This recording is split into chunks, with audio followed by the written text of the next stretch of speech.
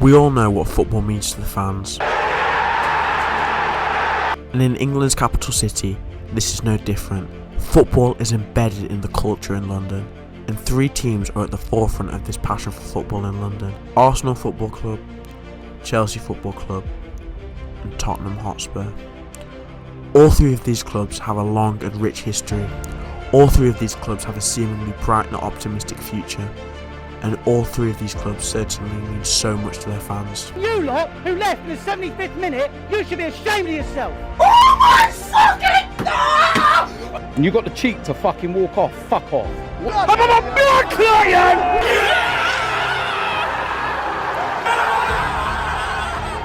I've embarked on a journey around London to find out more about all three of these clubs' history, traditions and future, speaking to fans to find out what football really means to London. To start this journey, we head to North London, to a team that is a powerhouse of English football, to a team that is the most successful trophy-wise out of these three teams in London. We head to the Emirates Stadium to visit Arsenal Football Club. Arsenal Football Club, founded over 100 years ago. Many people would argue the biggest club in London. Studies show that Arsenal have got the most worldwide fans out of any club in London and the third most worldwide fans out of any club in England. I mean, that just shows the stature of this club. Playing in their famous red and white strip, and fun fact, the reason Arsenal actually play in red and white is because one time Arsenal couldn't actually afford to pay for their own home shirts, and Nottingham Forest had some spare shirts, and obviously Nottingham Forest playing red and white, so Nottingham Forest lent Arsenal the shirts, and the Arsenal continued with that colour scheme.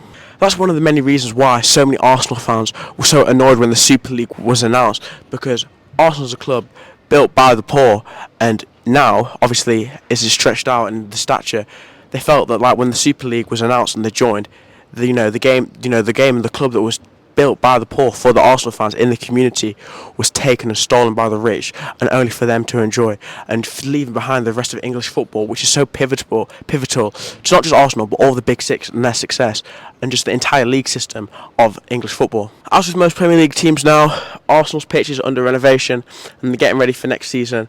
And I mean, if this pitch wasn't getting renovated, you'd be able to see the absolute sheen that's on this pitch. I read somewhere that Arsenal's grass is actually cut to a certain size in order to best, fit to their playing style. Quick passing football. Everything that Arsenal do down to the T is built to help them perform. In the dressing room. Before, when they were building the stadium, they built the dressing room in a shape that was, best to hit, get audio everywhere equally, and the cushions of the seats are best, to help relax your bum muscles, to help you relax more and help with your heart rate and blood flow. Arsenal Football Club do not skip an inch on anything. They put their effort into everything, and that's often seen not just in the club structure but in their performances and some of the football and achievements they've had throughout their club's history. The Emirates Stadium, if you look around at this beautiful stadium, 60,000 seater stadium. When Arsenal moved into this in the late 2000s, people were shocked. The absolute beauty. It was one of its kind in a sense, and now obviously we see many teams, including their North London rivals, opting for this stadium type, those ball type stadiums, the ones that just look so aesthetically pleasing, can fit so many people in. But if we're being honest, I think every single Arsenal fan will admit their best moments in their club's history have not happened at the stadium, and in fact, very few of their best moments have actually happened at the stadium. To be honest, at Highbury, that's where they really asserted themselves as arguably the pride of London. The invincible season, the only team in Premier League history to ever go a season unbeaten. Some people say it's the best team ever in Premier League history. Some people say it's the hardest achievement ever out of any achievement in Premier League history. I guess we'll never know. My personal opinion is that Arsenal's invincible season is the greatest achievement, because whilst there have been better teams, I don't think it's the best team. Going 38 games without one mistake, not even one little hiccup at all, is absolutely amazing and ridiculous, and I don't think it will be achieved, and if it is achieved, I don't think it will be achieved for a very long time. We've seen great teams, Man City, Jurgen Klopp's Liverpool, come so close, but one mistake, one lapse in judgment can lead to the defeat, which is why it's so hard to go invincible, and why Arsenal's invincible teams is an absolute credit to this football club. I think it's fair to say many Arsenal fans were sceptical at first of Mikel Arteta. Even when he was announced to certain performances in his second season, some Arsenal fans wanted him out. I remember seeing on Twitter all the time, Arteta out. I think now 95% of Arsenal fans are absolutely pleased, absolutely proud of Mikel Arteta and his men, because what they achieved last season, even though they fell up short, was amazing. Nobody expected them to anywhere near have a title challenge. Many people didn't even expect them to get top four, but they got top four comfortably, and they put up a very impressive title challenge to Man City's team, which not many people have been able to do. Only Liverpool is the team that's been able to pose a serious threat to Man City. So Arsenal and Mikel Arteta need to be absolutely proud of themselves. As for next season, we've seen Arsenal are not messing around. The signings that they're making, the signings that they're linked with, Kai Havertz, 65 million. A lot of people are not sure.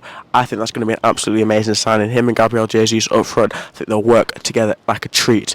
Declan Rice linked. Will we see him playing there next season? Caicedo, a lot of people are saying we're going to see that Riceado, as they like to call it, midfield. And if they do that, I think Arsenal are very poised to go on a second title challenge next season. And hopefully, if you're an Arsenal fan, they can end a long, over 15 years of hurt without a league title and bring their first ever league title back to the Emirates. But whilst the club's amazing history hasn't necessarily been achieved here, you can't deny that amazing moments and amazing games have happened at this stadium. I mean, even in the last season, Arsenal are renowned for just playing beautiful football. I think that's the Arsenal ethos. You see clubs have identities. You think of Man United, you want fast wingers, with the big pitch. Arsenal's identity is fluid attacking football, implemented, and brought by Arsene Wenger, and that's continued. The Arsenal fans, they don't just want to win, they want to win in style, and we've seen that with amazing games last season. You think of the last minute winner against Bournemouth, the last minute winner against United, the game against Liverpool. All these were high goal games that got Arsenal fans off their seats. The Arsenal team today consists of a common theme: young players with a bright future. I mean, the three behind me show that. Bukayo Saka, Martin Odegaard, Gabriel Martinelli. Arsenal are building a team for the future, building a team which the fans can connect with. If we start with Bukayo Saka, a fan's favourite, a graduate of Arsenal's academy, obviously he had that low point after the Euros, but it seems like since then, the fans, I remember on his first game back, there was a pre-season friendly against Tottenham, and even the Tottenham fans were giving him support. And it seems obviously the Arsenal fans are the main culprits of this, giving Bukayo Saka the support, and he's just seen him flourish. I mean, last season was his best season. He's arguably, one of the players of the season. I know it's hard to compete with Erling Haaland, but he was definitely Arsenal's best, if not one of Arsenal's best players last season. And the fact that he's young and English, it just helps the fans connect with him, because and also the fact that he's such a likeable character, it's just what makes Arsenal seem like such a feel-good team. And if you're a neutral like me who doesn't support Arsenal or any other London team, you do get a liking for Arsenal's team because of how young it is. It's something that you got to admire. Martinelli, scouted from the Brazilian second division, that just shows how good Arsenal scouting is with players. I don't need to tell you the amazing players that we've seen in the past, but the fact that they've got such a gem, one of the best left wingers in the league, another player just like Saka who's come into his own recently, shows how good Arsenal's scouting system is. As for the past players, where do we go? Let's start with Thierry Henry, arguably Arsenal's greatest ever player, arguably the greatest ever Premier League player. I mean, the things he do were just magic. Some of his goals, I know we could go on for days with him, but that Invincibles team, you go through the names, Pires, Henry, like I said, Ashley Cole, just legends of the game playing for Arsenal. The players of Arsenal, past and present, are what makes Arsenal Arsenal, what characterises the club, what builds the next generation of fans. The players of the past are what got Arsenal fans into supporting Arsenal, supporting the players, as we said now, the likes of Saka, Odegaard, Martinelli, and the players of the present is what's going to build the next generation of Arsenal fans to build a connect and love for the club. It's clear to see how big and immense of a football club Arsenal are, but now it's time to speak to the fans, because the fans are what make football clubs what they truly are. And I spoke to lifelong Arsenal fan James, where he told me a little bit of what it's like to be an Arsenal fan and what the club means to him. What does Arsenal mean to you? Oh man, it means my whole life. I remember growing up, Henry, I was born the year just before the Invincibles, so that's tough, but bro, I watch every game I can. It's lovely. Great team. Who's got the best history out of any team in London? Clearly Arsenal. Clearly, most FA Cups, Invincible. We got teams for days. 1980, 89. Let's not speak about it. We got teams for days. Most memorable players. Henry, best player in the Prem. What do you think of Chelsea and Tottenham? Like Chelsea have had their recent success. You can clearly see that they've been more successful than us in the previous couple decades, and that's fair enough. Tottenham, what have they won? Nothing. Embarrassing. Well, all they can say is they finished above us five times. recently and gone into the Champions League. But who the fuck cares? Means nothing. Who's the biggest club in London? Clearly Arsenal. Clearly. Chelsea may have recent success, but where were they 10, 20 years ago, mate? 30 years ago in the gutter. Tottenham, we're serious here. We're serious debate. So it's clear to see there what Arsenal really means to their fans. And one thing that's also clear to see is that every single Arsenal fan believes they are the biggest team in London. But are they right? Are Arsenal truly the biggest team in London? Or is it the Hotspurs? As I walk out into this absolutely amazing, technologically advanced stadium, Tottenham are building something here, and they could stake their claim as the biggest club in London, and we're going to look into the reasons why. Tottenham were founded in the 1800s by a group of school lads who were rugby players but simply wanted to do something else in the winter whilst the surfaces weren't okay for rugby, and thus Tottenham Hotspur were created, and the rest is history. Tottenham's history is often made fun of a lot, but it's not to be reckoned with. The first team to win the domestic double, the English League title and the FA Cup, first English team to win European silverware. But whilst they may not have won trophies recently, they've sure paved their way in English football history, and their history is something that a lot of people don't know about. The one that sticks out for me is Tottenham 1, Manchester City 0. Heung-min Son scored down at that end to make it 1-0, shortly after Sergio Aguero had his penalty saved by Hugo Lloris. And out that game, a fun fact for you, they had sound equipment ready here for a different reason, but they had measured the sound of the stadium when that goal went in from Heung-min Son, and they measured it at slightly less than the sound of a jumbo jet taking off. So when people say the stadium, the atmosphere, it's not that good because of how modern it is, that's not true. When it's a big game and big moments happen, this stadium does not fail to deliver. As for stadiums in London, I don't think it gets much better than Tottenham Hotspur Stadium. 62,850 seats, the most technologically advanced stadium in the entire of the world. This stadium is just ridiculous. If you just look behind, the state-of-the-art technology is just out of this world. As you can see now, the NFL is getting ready for their games in October, just setting up the pitch, and this pitch actually lies underneath the grass of Tottenham Stadium, and during the pre-season it slides under there so they can have concerts such as a Beyonce concert that just happened, Red Hot Chili Peppers is just happening. £1 billion it cost for the stadium to be built. And whilst it did see the transfer income in slightly weaken and lessen, I think most Tottenham fans are absolutely thrilled with this stadium. And whilst it is new, I'm sure in the next few years, decades, centuries, there's going to be so many historical moments for this club, and I think it's the start of imposing themselves on that European stage. And whilst, they have been at this stadium for nearly 5 years, I think Tottenham is a good step in the right direction for Tottenham by moving into this stadium. The players, for so long, Tottenham players have shown passion and loyalty. I mean, we can just see that themselves by these two shirts, Heung-min Son and Harry Kane. Let's start with Heung-min Son. Heung-min Son alone has increased football's popularity in South Korea tenfold. So many South Korean people getting involved in football, getting attached to Tottenham just because of Heung-min Son. That shows the effect, the global effect, the cultural effect that one player has, one Tottenham Hotspur player can have. If we look to my left, Harry Kane. Where can we start? English football legend, Premier League legend, and most definitely a Tottenham legend.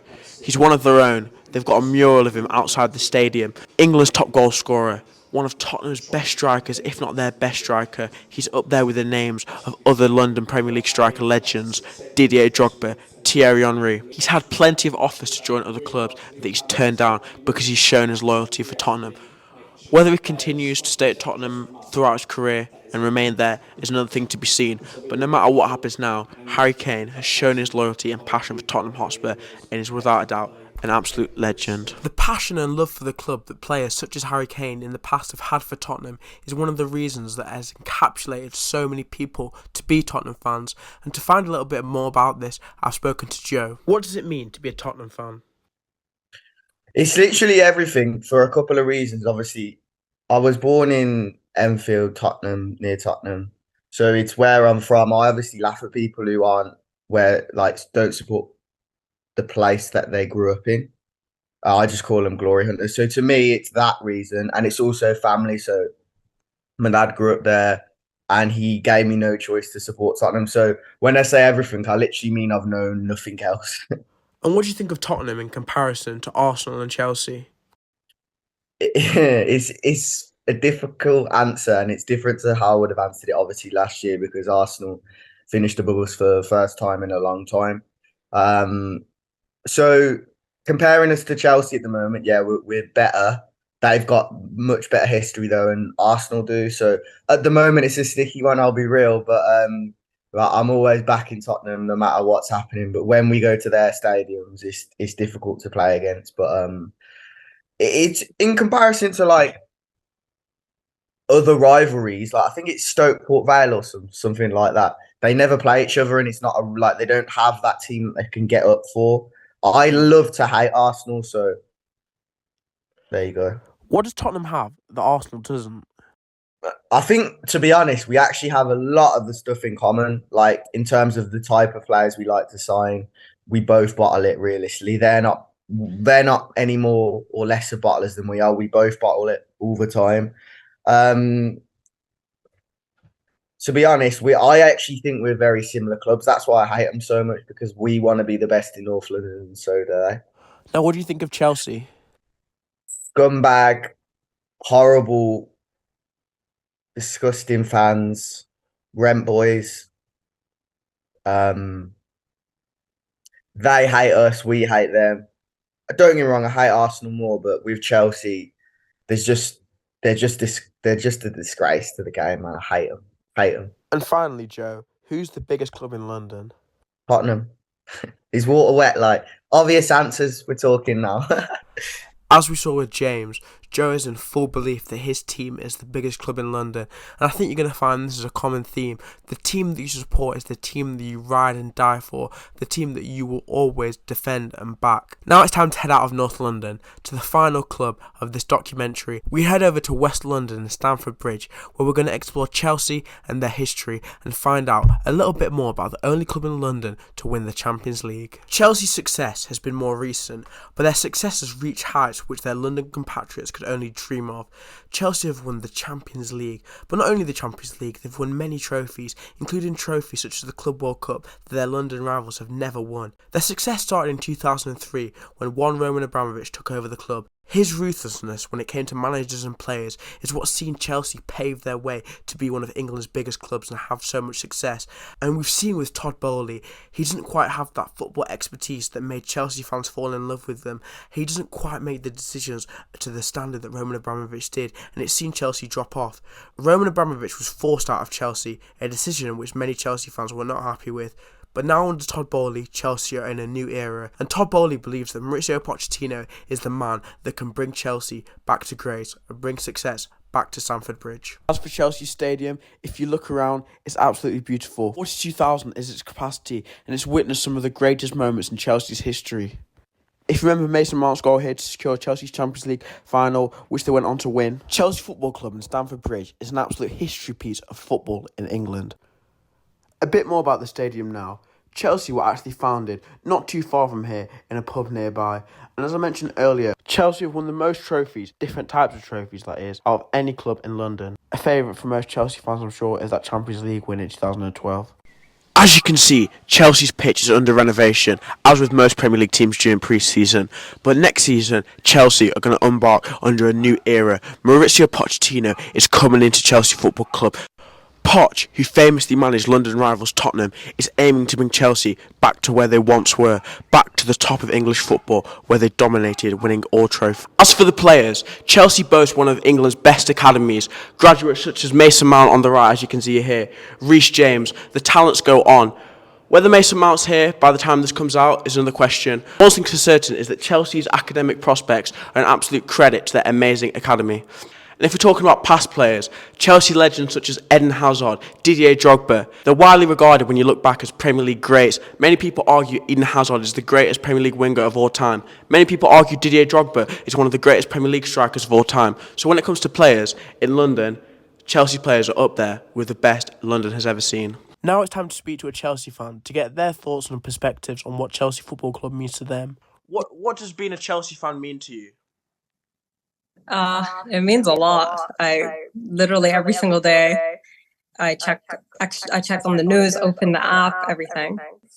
And do you think that Chelsea's do you think that Chelsea's previous their legends are better than some of Arsenal's legends, for example? Because Arsenal, they got some good players like Henry in the past, Vieira. Yeah, they've got Thierry Henry, but other than that, yeah, And what Chelsea's got big legends. and what about Chelsea currently? How I mean, one bad season doesn't mean much, right? We always bounce back, always. and are you confident for next season? 100%, 100%. Under Poch, we've got this. And do you think you're going to finish highest out of all the London teams next season? Probably, yeah. I think so. Now I'm going to say some words, and you've got to say the first thing that comes to mind when you hear them. Chelsea. Didier Drogba. Tottenham. Shit. Arsenal. Shit as well. London. Chelsea. Blue. And finally, do you believe that Chelsea is the biggest club in London? 100%. 100%. Only club with a Champions League, too. So that's it. That's my journey around London done, and I've certainly learned a lot more about all three of these teams, and I've certainly gathered an understanding about just how much football means to these clubs' fans and just how much football means to London. If you were to push me for an answer, I think I would have to say Arsenal is the biggest club in London, simply because of how far-reaching their influence is and just how many fans that they have. I mean, when I went to all three of these stadiums, Arsenal Stadium was absolutely packed on the tour. It was absolutely ridiculous. But another thing that I would know is that all three of these clubs are absolutely massive, and I think all three of these clubs existing adds to how big they are, because you can't be a big club without a big rival, and all three of these clubs are each other's rivals, and that certainly adds to their status. I've certainly had a fun time making this documentary, and if you've enjoyed it, please let me know and consider liking and subscribing, and let me know what town you'd like to see next. Liverpool, Manchester, just let me know. Thank you for watching. I've been Izzy Talk Sports.